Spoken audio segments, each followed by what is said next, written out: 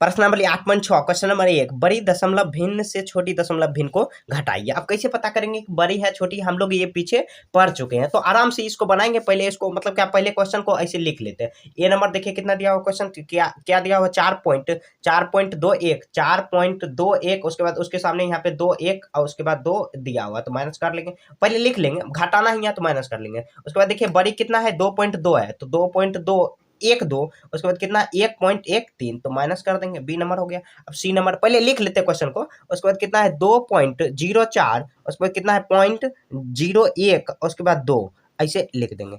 अब उसके बाद सी हो गया। उसके बाद डी नंबर देखते हैं। डी नंबर कितना, 1.2 दिया हुआ। उसके बाद देखिए यहाँ पे पॉइंट दिया हुआ और 2 जीरो दिया हुआ है, 2 जीरो दे देंगे और उसके बाद 2 दे देंगे। तो यहाँ पे कितना देखिए, ऊपर में कुछ नहीं दिया, शून्य दे देंगे, शून्य दे देंगे और यहाँ पर भी माइनस कर देंगे। मेन है इसका बैठाना। जब हम लोग बैठाना सीख जाएंगे तो आराम से कोई भी क्वेश्चन हो उसको आराम से सॉल्व कर लेंगे। कितना है, 2.04 दिया हुआ, 2 पॉइंट ई नंबर में दिया हुआ 2.45, उसके बाद पॉइंट देंगे, पॉइंट, उसके बाद देखिए यहाँ पे 4 5 6 है, 4 5 6, यहाँ पे 2 है, यहाँ पर भी माइनस कर देंगे।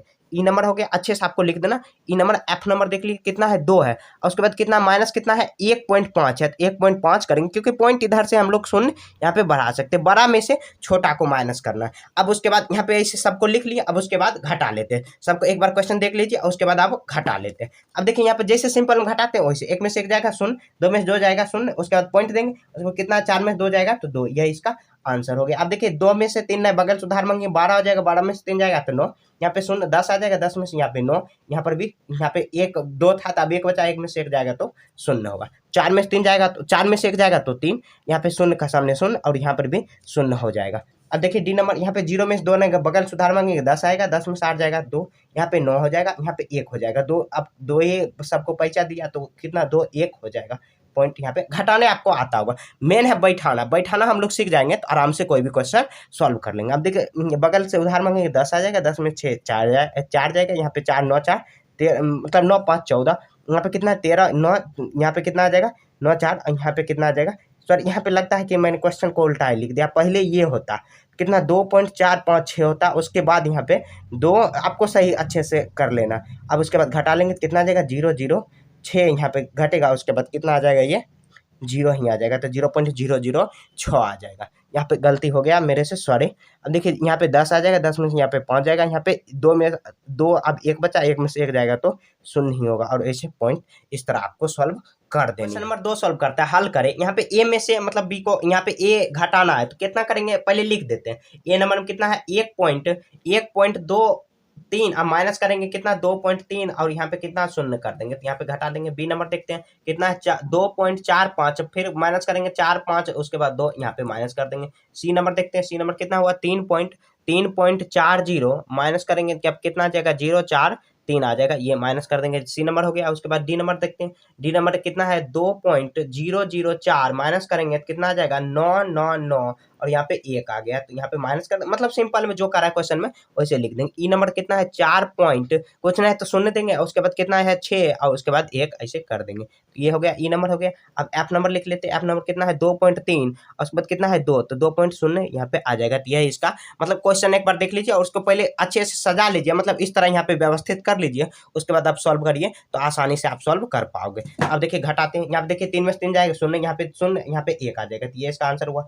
अब देखिए यहाँ पर कितना, 5 में 5 शून्य, यहाँ पर शून्य, यहाँ पर भी शून्य, तो मतलब 0 ही इसका आंसर हुआ, ऑलमोस्ट 0 ही हुआ। अब देखिए 0 में से यहाँ पे आ जाएगा तो कितना, 10 हुआ, 6, उसके बाद कितना यार, 4 में यहाँ 3 बचा, 3, यहाँ पे 3 में से यहाँ पे 3 जाएगा तो शून्य होगा, ये इसका आंसर हुआ। अब देखिए यहाँ पे कितना आ जाएगा, ये 14 आया, 14 9 5 14, यहाँ पे भी 9 आ जाएगा क्योंकि उधर से उधार मांगे हैं, यहाँ पर भी 9 हो जाएगा, उसके बाद यहाँ पर भी शून्य हो जाएगा, तो ऐसे ही कर देना। अब देखिए यहाँ पर ये इसको कैसे माइनस करेंगे, तो यहाँ पे ऐसे इसको माइनस करेंगे, ये 0 इधर जाएगा 10, यहाँ पे 4 आया, पॉइंट यहाँ पे 3, इधर 2, तो ऐसे ही कर लेना। 3 में से 3 जाएगा, यहाँ पे पॉइंट, पॉइंट के सामने पॉइंट, और यहाँ पे शून्य, ऐसे कर लेंगे तो इस तरह ही आपको सॉल्व कर देंगे। नंबर 3, सालनी का उम्र 12.5 वर्ष है और अकबर का उम्र कितना है, 10.25 वर्ष है, तो दोनों में से कौन सी छोटी है और कितना। यहाँ पे क्या करेंगे, कैसे पता करेंगे, तो पहले लिख देंगे सालनी बराबर, सालनी का कितना है, तो कितना 12.5 वर्ष है, 12.5 वर्ष है। उसके बाद देखिए यहाँ पे अकबर का कितना है, 10 पॉइंट, तो अकबर बराबर लिख देंगे,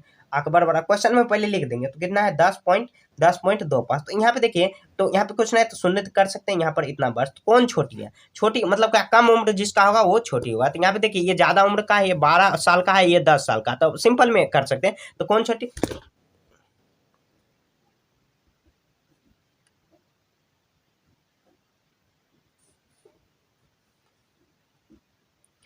तो कौन छोटी? यहाँ पर कौन है? अकबर। तो अकबर छोटी लिख देंगे। छोटी छोटी बराबर अकबर, छोटी अकबर। ऐसे अकबर एक आंसर हो जाएगा, अकबर। और उसके बाद ये आंसर हो गया। और उसके बाद कितना, तो माइनस कर लेंगे। तो यहाँ पे कितना आ जाएगा? 5। और उसके बाद कितना आ जाएगा? 4, 2 पॉइंट, उसके बाद कितना आ जाएगा? 2। तो मतलब 2.25 वर्ष छोटी है। तो ऐसे ही लिख देना, ज्यादा कुछ नहीं करना। और ऐसे ही आपको सॉल्व कितना बराबर ऐसे लिख देंगे, कितना बराबर ऐसे कर देना। और कितना छोटी कौन है? तो अकबर छोटी है। तो ऐसे ही आपको सॉल्व कर देना। नंबर 4, पलक ने भाषा में 62.23% और मौली ने उसी भाषा में 60.23% अंक प्राप्त किए। पलक ने मौली से कुल कितने अधिक, मतलब कितना प्रतिशत अंक प्राप्त किए? तो अधिक कितना? जैसे मान लीजिए आपके पास 5 रुपया और आपके दोस्त के पास 7 रुपया, तो आपके मतलब दोस्त से कितना अधिक है? आपके दोस्त को आपसे कितना अधिक? तो घटा के पता करेंगे तो 2 रुपया अधिक है। तो उसी तरह यहाँ पे देखिए कौन बड़ा है? तो पलक बड़ा है। तो क्योंकि कह रहा है पलक कितना अधिक, मतलब क्या ये कितना अधिक, तो अधिक पलक ही है। तो लिख देंगे पलक बराबर कितना है? 62.23%। ऐसे लिख देंगे प्रतिशत, ऐसे अच्छे से लिख देना पलक। उसके बाद कितना आया? मौली। तो मौली बराबर लिख देंगे, मौली बराबर, मौली कितना दिया हुआ? 60.23% दिया हुआ। तो अब कितना है? तो ऐसे माइनस कर देंगे। कितना कर रहा है? तो माइनस कर देंगे। मतलब क्वेश्चन का लैंग्वेज समझना। और ऐसे मतलब कि जो क्वेश्चन कर रहा है उसके लैंग्वेज समझने के बाद जोड़ घटाव तो आपको आता ही है। तो ऐसे ही आप जोड़ घटा लीजिए तो हो जाएगा। यहाँ पे कितना आ जाएगा? यहाँ पे 0 पॉइंट कितना, तो यहाँ पे लिख देंगे 2%। 2%। हिंदी में ऐसे मतलब प्रतिशत का साइन ऐसे होता है। ऐसे चाहो या प्रतिशत आप लिख भी दोगे तो कोई बात ना, ऐसे ही आपको सॉल्व कर। नंबर 5, अफसाना 50 रुपया लेकर बाजार जाती है। वह 12.50 रुपया का पुस्तक और मतलब 8.50 रुपया का कॉपी और 2.25 रुपया का लीड खरीदते हैं। उसके पास अब कितना रुपया बच जाएगा? देखिए सिंपल में समझते हैं। जैसे मान लीजिए आपके पास 50 रुपया, आप बाजार गए तो मतलब क्या 2 रुपया का आप चॉकलेट खरीदे, 10 रुपया का आप पेन खरीदे और 20 रुपया का आप कॉपी खरीदे। तो कितना रुपया बचेगा? क्या करेंगे? पहले जितना खर्च किया वो जोड़ देंगे, 2 3 यहाँ पे 32। और उसके बाद इसको इससे माइनस कर देंगे तो आपके पास कितना बच जाएगा? तो ऐसे ही बना देना। बस भावना को, क्वेश्चन को भावना को समझना है क्या कह रहा है। तो अफसाना के पास कितना लिख देंगे? अफसाना बराबर अफसाना बराबर कितना? 50 रुपया। तो लिखेंगे पहले खर्च बराबर, तो खर्च यहाँ पे खर्च लिख के ऐसे कर देंगे। उसके बाद देखिए यहाँ पे पुस्तक पर कितना खर्च हुआ है? पुस्तक बराबर ऐसे लिख देंगे। उसके बाद कितना हो रहा है? पुस्तक पर। उसके बाद कॉपी बराबर, कॉपी पर कितना खर्च है? कॉपी लिख देंगे। उसके बाद लीड पर कितना खर्च हो रहा है। अब उसके बाद यहाँ पे लिख देंगे कुल खर्च, कुल खर्च। अब कितना हो रहा है? अब वो लिख देंगे। कुल खर्च में जोड़ देंगे। जोड़ने के बाद देखिए पहले बना लेते हैं। पुस्तक पर कितना आ रहा है? 12.50 रुपया। अब उसके बाद रुपया का वो सिंबल हुआ। पुस्तक पे कितना हो रहा है? तो इतना पुस्तक खरीद। और कॉपी पर कितना? तो 8.50 रुपया आ रहा है। उसके बाद कितना? कॉपी पर लीड पर कितना हुआ है? तो 2.25 रुपया आ रहा है। तो कुल खर्च पहले जोड़ देंगे। तो कुल खर्च ऐसे जोड़ देंगे 5। उसके बाद 5 2 10 10 2 12 12 के 2 बाकी 1 8 2 यहाँ पे 18, यहाँ पे 12 8 20 2 22 1 23, कितना? 23.25 रुपया कुल खर्च आया। यहाँ पे अब कितना बचेगा? तो शेष बचेगा ऐसे, लेकिन शेष बचा बराबर, तो शेष बचा कितना? 50 रुपया में से 50.00, क्योंकि 2 5 है लास्ट में, उससे घटा लेंगे तो आ जाएगा। तो यहाँ पे घटा लेंगे तो यहाँ पे लिख देंगे 5। इसके बाद यहाँ पे आ जाएगा 7, क्योंकि 9 होगा, 9 में से 2 यहाँ पे। उसके बाद ये भी 9 आ जाएगा, 6। उसके बाद कितना? या 4 में से 2, तो 26.75 रुपया बचेगा। ऐसे ही आपको सॉल्व कर देना। देखिए एक बार और समझते हैं। देखिए अफसाना के पास कितना है रुपया? 50 रुपया क्वेश्चन में वो कह रहा है। और वहाँ कितना? 12.50 रुपया का पुस्तक खरीद, यहाँ पे लिख दी। उसके बाद पुस्तक कॉपी खरीदी इतना रुपया की, ये भी लिख दिया। और लीड खरीदी इतना। तो कुल खर्च पहले निकाल लेंगे। कुल खर्च निकाल लिया। उसके बाद कुल खर्च में से जो उसके पास टोटल रुपया था 50.00, क्योंकि देखिए पॉइंट को घटाना है। तो पॉइंट को घटाने के लिए यही तरीका है कि पॉइंट के बाद 0 0 लगा देंगे। तो कोई मतलब पॉइंट के बाद 0 लगाने से ज्यादा क्या वैल्यू उसका होता ही नहीं। तो पॉइंट के बाद 0 यहाँ पे लगा दी घटाने के लिए।